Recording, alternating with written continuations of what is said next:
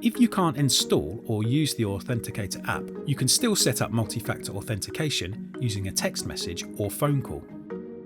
When you see the setup screen, click on I want to set up a different method. Choose phone as your verification method, then click confirm. Select your phone number's country code, then enter your phone number. You can then choose to receive a code via text message or to receive a code via phone call. If you choose to receive your code via text, a one-time password will be sent to your phone number. If you have WhatsApp installed on your phone and you have internet connectivity, Microsoft may send you the verification code by this method instead.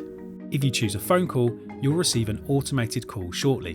This is Microsoft. If you are trying to sign in, press the hash key to finish signing in. Read or listen to the verification code sent to you and type it in on the screen. This step will verify your registration and ensure your phone number is correct. If the code was correct, your registration is complete.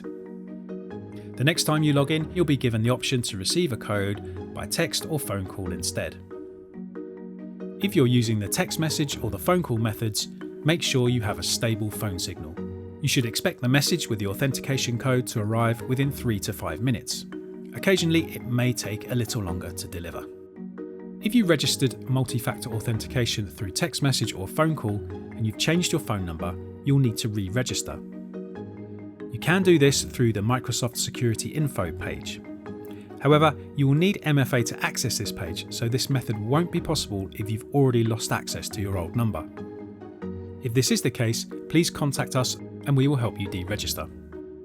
If you're able to access the Security Info page, click Change under Phone, add your new phone number and click Next. You'll receive a verification code to your new number.